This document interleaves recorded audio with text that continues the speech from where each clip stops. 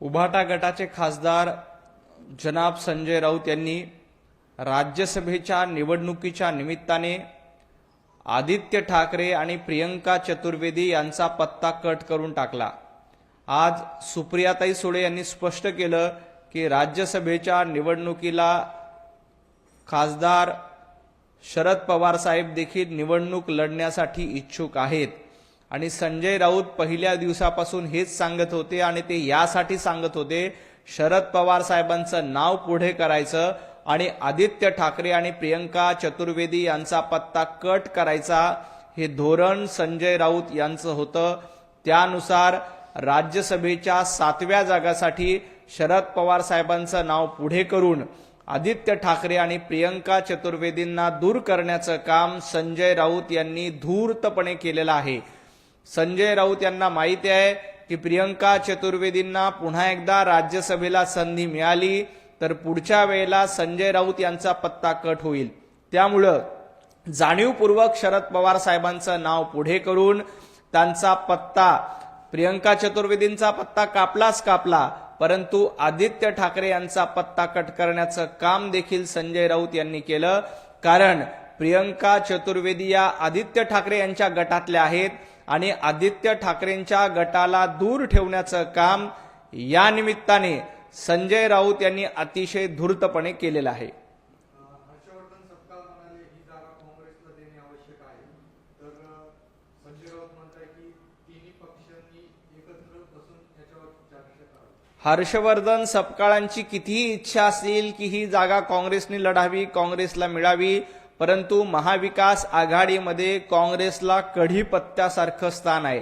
कढीपत्ता जसं वापरला जातो आणि नंतर काढून टाकला जातो, तशाच पद्धतीनं महाराष्ट्रामध्ये महाविकास आघाडीचं स्थान काँग्रेसचं हे कढीपत्त्यासारखं आहे। त्यांचा वापर केला जातो आणि त्यांना फेकून दिला जातो।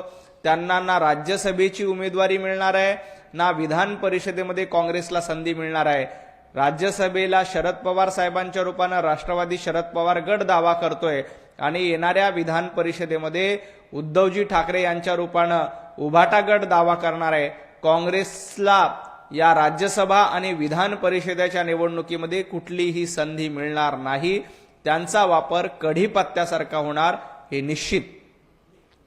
महाविकास आघाडीत कोणतीही मतभेद नाही, विधानसभा आंदोलनाच्या वेळेस काही आमदार उशिरा पोहोचू शकतात असं भाष्य संजय राऊत। महाविकास आघाडी ही मतभेदांनी भरलेली आहे। तीन तिघाडा काम भिगाडा हेच महाविकास आघाडीचं धोरण आहे। आज विधान भवनाच्या पायऱ्यावर आंदोलन सुरू असताना उभाटा गटाचा एकही आमदार तिथे पोहोचला नाही अशी माहिती मिळते।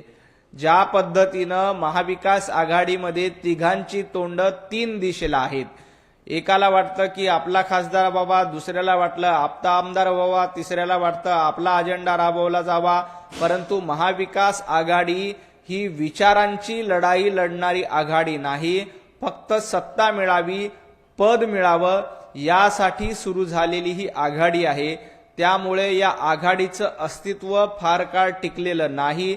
जसं राज्यातली सत्ता गेली तसं महाविकास आघाडीचं स्थान हे ढळायला लागलं आणि महाविकास आघाडीच्या ठिकऱ्या उडायला लागल्या, कारण यांच्याकडे वैचारिक अधिष्ठान नाही आणि वैचारिक अधिष्ठान नसल्यामुळे महाविकास आघाडीला आता राज्यातही काही किंमत नाही।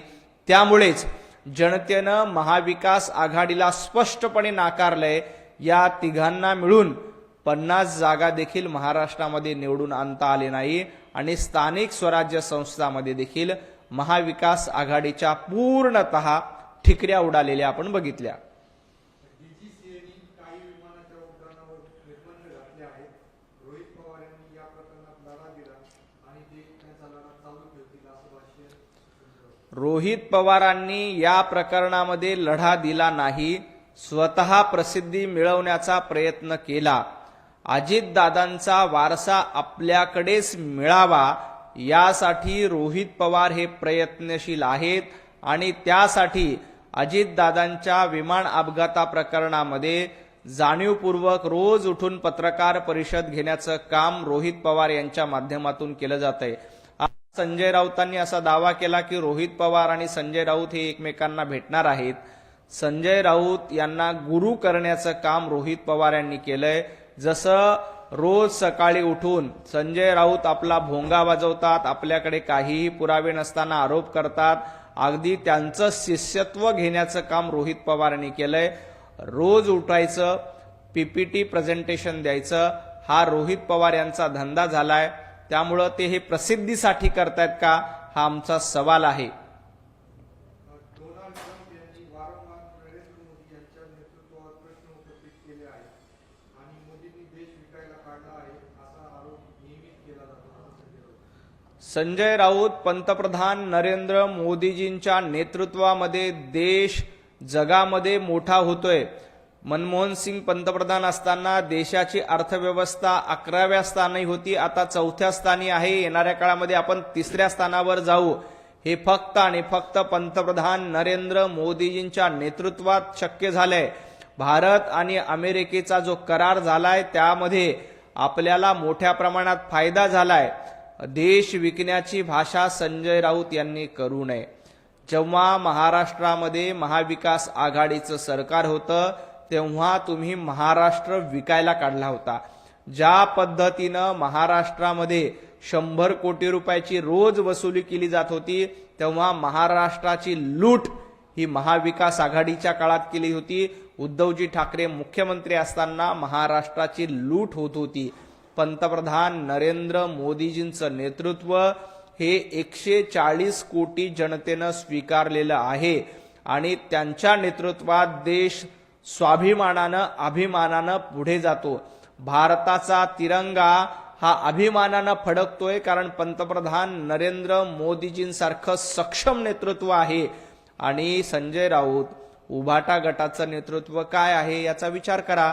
उद्धवजी ठाकरे मुख्यमंत्री असताना 2.5 दिवस देखील मंत्रालयामध्ये गेले नाहीत. आता स्थानिक स्वराज्य संस्थांच्या निवडणुका झाल्या, उद्धवजी ठाकरे घरामध्ये बसून होते. आपलं नेतृत्व काय होतं आणि आपल्या काळात कशा पद्धतीनं महाराष्ट्र विकायला काढला होता, महाराष्ट्राची लूट होत होती याच्याकडे बघा. पंतप्रधान नरेंद्र मोदीजी हे सक्षम नेतृत्व आहे आणि हे संपूर्ण देशवासियांनी मान्य केलंय. मराठी शाळा बंद पडण्याबाबत आत्मपरीक्षण आवश्यक आहे. यासाठी सरकार जबाबदार, फक्त सरकारच जबाबदार नाही तर समाजाने देखील मराठी शाळांकडे पाठ फिरवली आहे असं समजलं. मराठी शाळांच्या मुद्द्यावर संजय राऊत असं म्हणतात की आपल्या नेत्यांची मुलं, आपल्या मराठी माणसांची मुलं इंग्लिश शाळेमध्ये शिकतायत. संजय राऊतांनी हा टोला उद्धवजी ठाकरे यांना लगावलाय. संजय राऊतांनी हा टोला राज ठाकरे यांना लगावलाय. कारण कुठल्या नेत्यांची मुलं ही मराठी शाळेमध्ये शिकतात आणि कुणाची मुलं इंग्लिश शाळेमध्ये शिकतात हे संजय राऊतांना माहित आहे.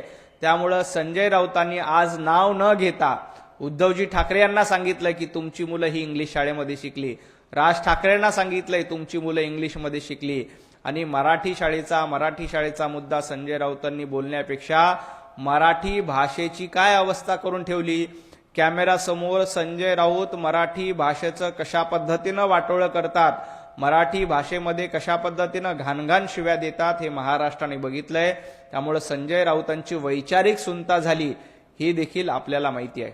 खूप खूप धन्यवाद.